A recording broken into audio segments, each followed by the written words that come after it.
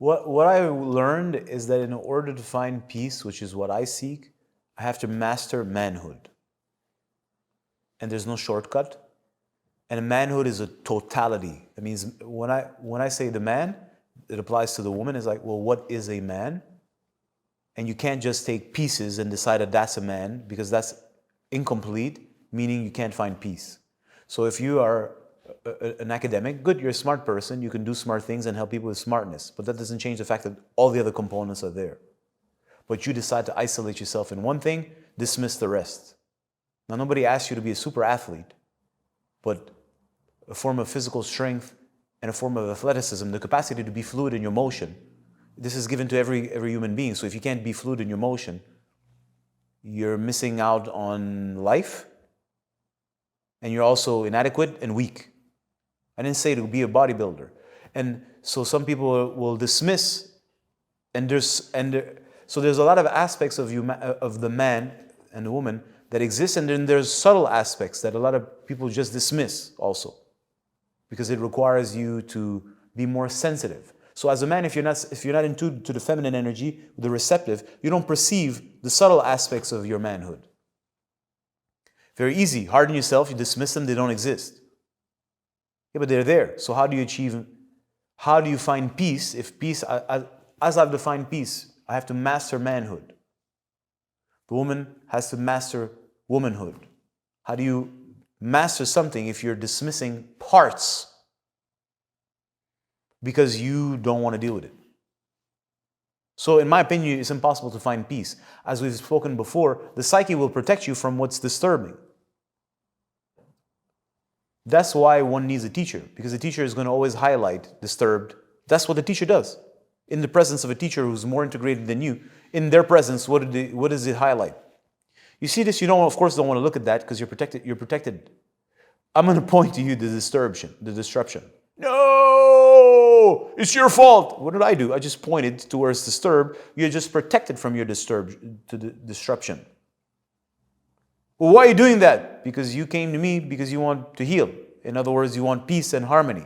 How could you have peace and harmony if there's aspects of you that are underdeveloped or broken or weak? Well, why don't I know that? Because you're blind to them. Well, am I blind to them? Because the psyche protects you. Hence the teacher. Right? The point is, because you know how I am now, I just blend things. How does a man or a woman achieve peace and harmony, which is the fruition of the human experience if cultivated and grown properly, if you don't integrate, if you don't master manhood? And in my opinion, and watch the language and don't project on it your understanding, mastering manhood is achieving God. It's not achieving God in the way you fantasize about or you've read in Yogananda's book. It's just the fruition of manhood, the fruition of womanhood is divinity. You're in tune with the God, which is a current. How can you discover that peace and harmony if the vehicle, the conduit of that God or that power is totally out of tune? So can we agree that the conduit is it's a machine? It's your body. Unfortunately, most people, when we say body, think either it doesn't exist in their concept because the body's an illusion, or the body's just a mechanical thing. No, the body has a physical aspect and it has a subtle aspect. That means it's intimately tied to the mind. So how do you find peace unless you tune your body, the body system, that means the body and the mind, are tuned properly? It's impossible. It creates friction. Friction means no peace, aka disease. So that's my interest. Do I have an interest in women? No, I have an interest in peace. That's my avenue. I couldn't care less.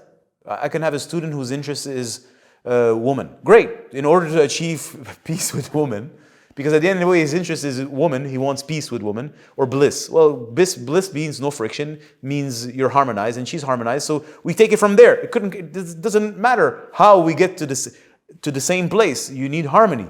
And what's harmony? You need to know your nature. What's your constitution? What are you designed? What are you made of?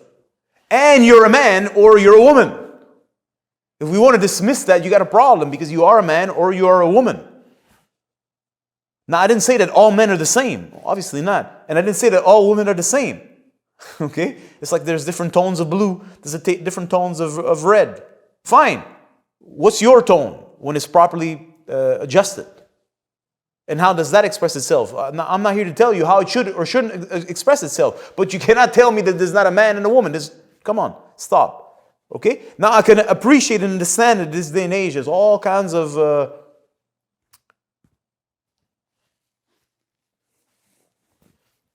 yeah.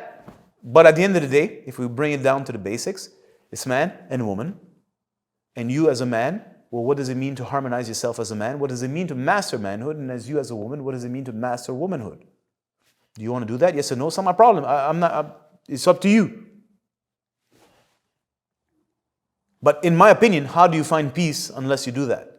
If for you believing in some supreme person and you don't have to deal with this shit, works, good for you. It doesn't work for me. And not only does it work for me, it's not what I want. I like to have a dick. And I think that the dick is awesome. And I love pussy. I ain't got nothing against the pussy. That's me. So that we can say that this is Tantra.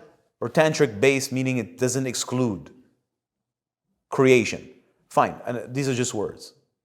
Whatever works for you. But I know what works for me. I know what doesn't work for me. And that's why my path is set. And if you're listening to me, it's because you may be looking for your path or may be curious about path. Or I don't know what is making you listen to me. But I'm sharing with you my experiences. I've studied thoroughly the different spiritual technologies. Listen, like I said, not everybody drives a Beamer. Some people do, some people don't. Not everybody, I'm blabbering because this is a big conversation and it's clearly not the time to have. And as you can see from my little grimace, I have a lot to say about that, but it's not the time nor the place. I'm going to conclude. In my humble opinion, what does one achieve peace? As a man is to master manhood, and as a woman is to master womanhood. And by default, if I say master manhood, it means woman. And by default, if I say master womanhood, it means the man. How that is going to express itself and how that's going to dance, I don't know. We're discovering it. I'm discovering it as I'm growing and living. And that doesn't exclude the nature of our times. But the fundamental principles do not change ever. How they express themselves is part of the beauty of creation and time. Well, this is how these principles are expressing themselves in time now. And it's not going to be, it wasn't like that yesterday, and it's not going to be like that tomorrow. And if we go to 100 years, it's certainly not going to be like that. But the principles never, ever change. These are laws, fundamental laws, immutable laws. And the beautiful thing about life is that, well, it's always new. Right? So we get to learn and discover the creation and how it's like, look, God is just new. New and new and new. So I don't have to block myself from this. But I can be established in something that is permanent.